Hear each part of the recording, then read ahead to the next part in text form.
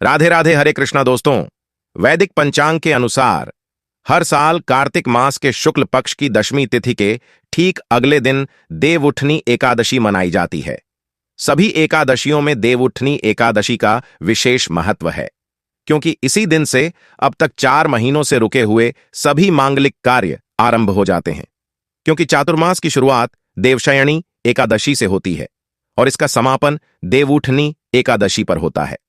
देवउठनी एकादशी को हरिप्रबोधिनी एकादशी और देवोत्थान एकादशी के नाम से भी जाना जाता है। इस दिन भगवान श्री हरि अपनी 4 महीने की योग निद्रा का त्याग करते हैं और अपने भक्तों पर अपनी कृपा बरसाते हैं। देवउठनी एकादशी के शुभ अवसर पर शाम के समय विधि विधान से भगवान श्री हरि की पूजा करके उन्हें योग निद्रा से जगाया जाता है।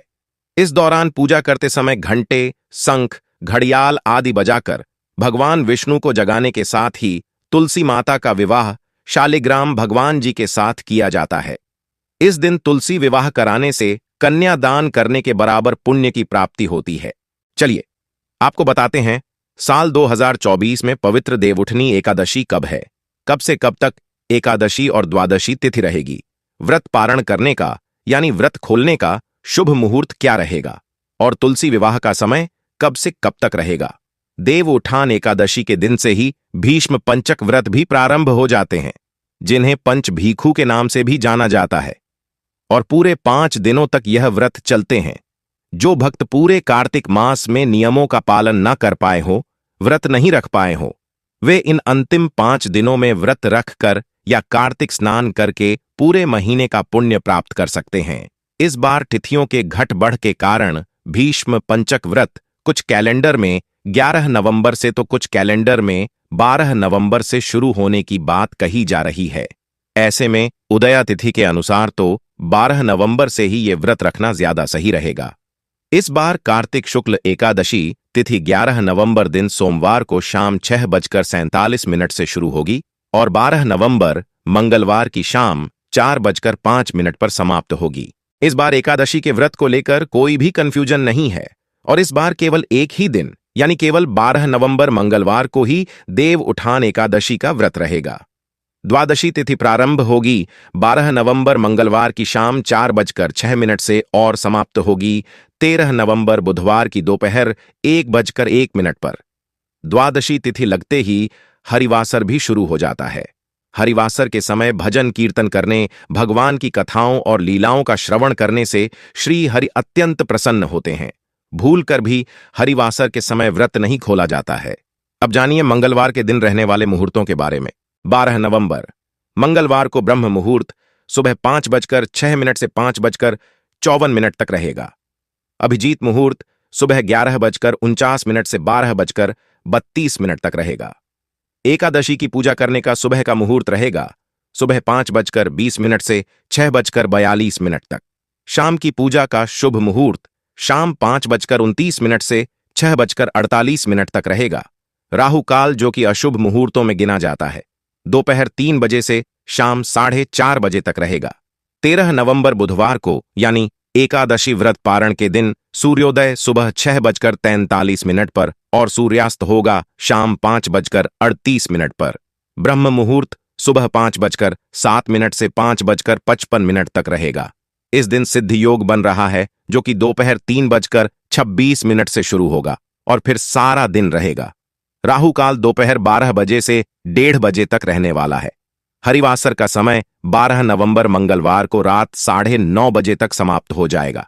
जो भी भक्त एकादशी का उपवास रखेंगे उन्हें 13 अक्टूबर बुधवार को सुबह 6:43 से लेकर 8:51 के बीच में व्रत का पारण करना होगा, यानी एकादशी का उपवास खोलना होगा।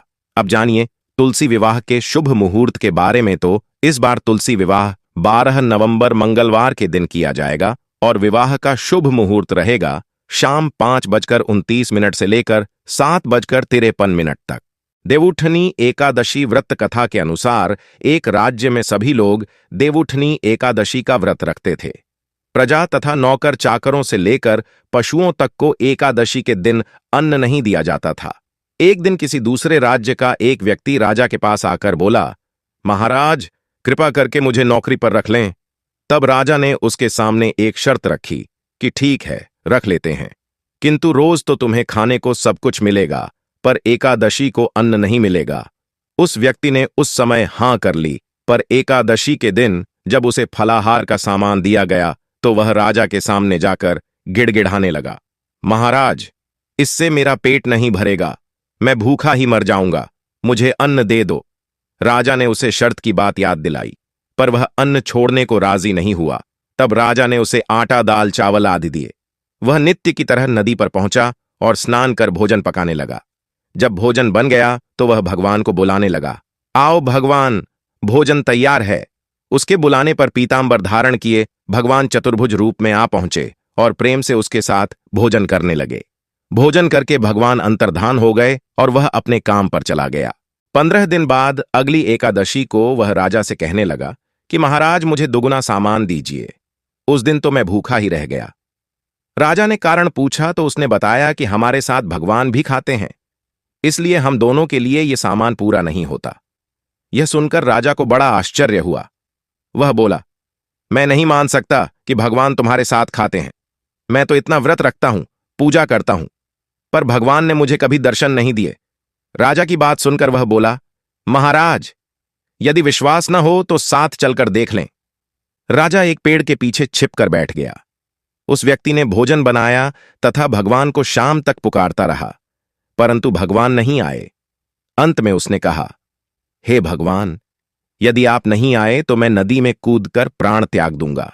लेकिन जब भगवान नहीं आए तब वह प्राण त्यागने के लिए नदी की तरफ आगे बढ़ा। प्राण त्यागने का उसका दृढ़ इरादा जान शीघ्र ही भगवान ने प्रकट होकर उसे रोक लिया और साथ बैठकर भोजन करने लगे।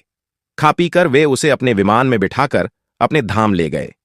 यह देख राजा ने सोचा कि व्रत उपवास से तब तक कोई फायदा नहीं होता जब तक मन शुद्ध ना हो।